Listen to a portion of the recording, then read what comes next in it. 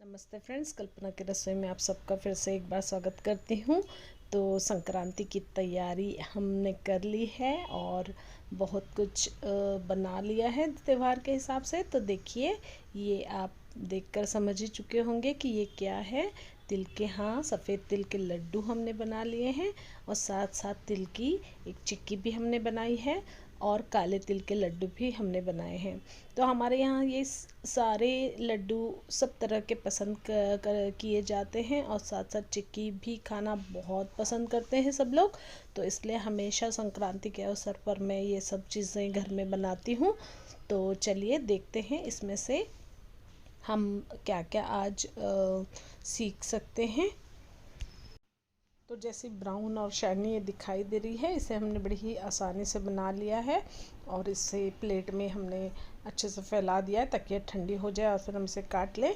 तो पूरी रेसिपी हम आगे देखेंगे ज़रूर कि इसे हमने कैसे बनाया है, ताकि आप भी संक्रांति के अवसर पर ऐसे कुछ चिक्की या फिर तिल के लड्डू आप भी बनाएं और हो सके तो मेरी रेसिपी से आपको कुछ मदद मिल जाती है तो बहुत ही अच्छी बात है।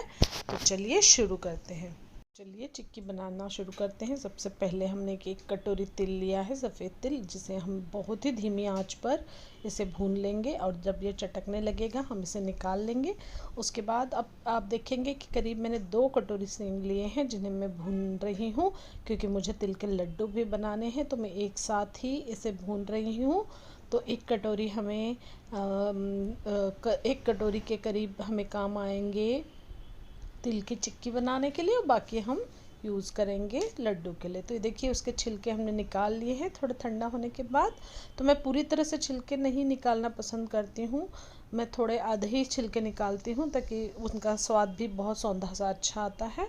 उसके बाद तिल को हमने पीस लिया है, ये देखिए, और उसमें अब हमने सेंग, भुनी हुई सेंग जो हमने क्रश कर ली थी मिक्सी में, वो मिला दी है। दूसरी तरफ हमने कटोरी में सकते हैं उसी कटोरी के माप से हमने 1 कटोरी गुड़ लिया और उसे हमने अब गरम कढ़ाई में डाल दिया है। तो गुड़ आप बारीक काट लें तो बहुत अच्छा रहेगा, बहुत आसानी से पिघल जाएगा। लेकिन यहाँ पर ये गुड़ जो है वो चिक्की का है तो काटने के बाद भी इस तरीके का हो जाता है। तो कोई बात नहीं, हमने उससे क्रश कर लिया था, खींच लिया था और इस तरीके से देखिए हम गुड़ अपना कढ़ाई में पाक बन रहा है। जब तक हम यहाँ पर प्लेट भी तैयार कर लेते हैं जिसमें हमने थोड़ा देसी घी डाला है और प्लेट में फैला लेंगे, क्योंकि इसी प्लेट में हम चिक्की निकालने जा रहे हैं। तो ये देखिए, तब तक हम देख रहे हैं कि पूरा गुड़ मेल्ट हो चुका है और ये धीरे धीरे इसमें से इस तरीके से बुलबुले आने लगे तो आप समझिए कि तैयार हो गया है। बहुत ज़्यादा अगर हम इसे पकाते हैं तो चिक्की जो है वो बहुत ही कड़क हो जाएगी और फिर हम उसे दांत से आसानी से तोड़ नहीं पाते। अब देखते हैं हम कि अगर हमारा पाक ठीक नहीं बना तो चिक्की ख़राब हो जाती है, ये बहुत कड़क हो जाती है तो लोग उसे आसानी से खा भी नहीं पाते। तो इसीलिए बहुत ज़्यादा पाक को पकाना नहीं है। और उस पाक में हमने क्या किया है, इस पाक में हमने डाल दिया है ये सारा मटेरियल। ये मटेरियल क्या था, तो हमने 1 कटोरी जो तिल भुनकर पीसे थे वो और सेंग क्रश किए हुए, तो ये हमने डाल दिया है इस कढ़ाई में और इसे हम अच्छे से मिक्स कर लेते हैं। ये देखिए, फिर से मैं कहूँगी कि बस इसे मिक्स करने तक ही हमें रखना है, उसे ज़्यादा हमें पकाना नहीं है। तो बस एक बार उसे अच्छे तरीके से आप मिक्स कर लें ताकि तिल और सेंग सारे एक साथ मिक्स हो जाएं बढ़िया से। और उसके बाद हमें इस सारे मटेरियल को जिस प्लेट में हमने घी लगा कर रखा है उसमें हमें निकाल लेना है।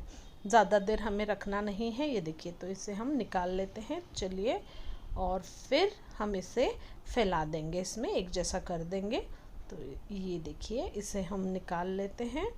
कढ़ाई से सारा मटेरियल हमें निकालना है। ये देखिए, बाकी भी हम चम्मच से निकाल लेंगे अच्छी तरीके से और इसे फिर हम इस पर कर देंगे। अब इस चम्मच से तो ये कुछ अच्छे से फैलेगा नहीं, तो मुझे क्या करना पड़ेगा कि मुझे दूसरी चम्मच लेनी पड़ेगी जिससे ये एक जैसा हो जाए। तो ये देखिए, अब दूसरी चम्मच लेकर मैंने इस थाली में इसे अच्छे से फैला दिया है। ये देखिए, एक जैसा कर दीजिए इसको, ऐसे ही इसी तरीके से फैला के और थोड़ी देर हमें इसे ठंडा होने के लिए छोड़ देना है और थोड़ी देर बाद ही हम इसको काटने का प्रोसेस कर लेंगे। पूरे ठंडे होने की राह नहीं देखना है, वरना वो थोड़ा कड़क हो जाएगा तो फिर हम नहीं उसे काट पाएंगे। तो बस 5 ही मिनट बाद मैंने देखिए चाकू से, सबसे पहले आप बीच से काटें और एकदम सेंटर में हमें नीचे तक चाकू ले जाना है। चाकू या फिर पिज़्ज़ा कटर का आप इस्तेमाल इसके लिए कर सकते हैं। ये देखिए, और उसे हमें काट कर, थोड़ी सख्त होना शुरू भी हो जाती है ये देखिए, लेकिन हमें बराबर बीच से पहले काट के शुरू करना है और इसी तरीके से पूरी चिक्की को हमें काट लेना है। ये देखिए, तो मैंने चिक्की को पूरी तरीके से काट लिया है अच्छे से चाकू से। गरम में थोड़ा आसानी से कट गई और ये देखिए निकाल के भी दिखा रही हूँ आपको। तो ये देखिए इस तरीके से चिक्की हमारी बनकर तैयार हुई है और आसानी से दांतों से टूट सकती है और हम इसे आसानी से खा सकते हैं। तो इसे मैं कहूँगी आपको कि एक बार आप इसे ज़रूर ट्राई कीजिएगा और मुझे बताइएगा कि आपको कैसी लगी।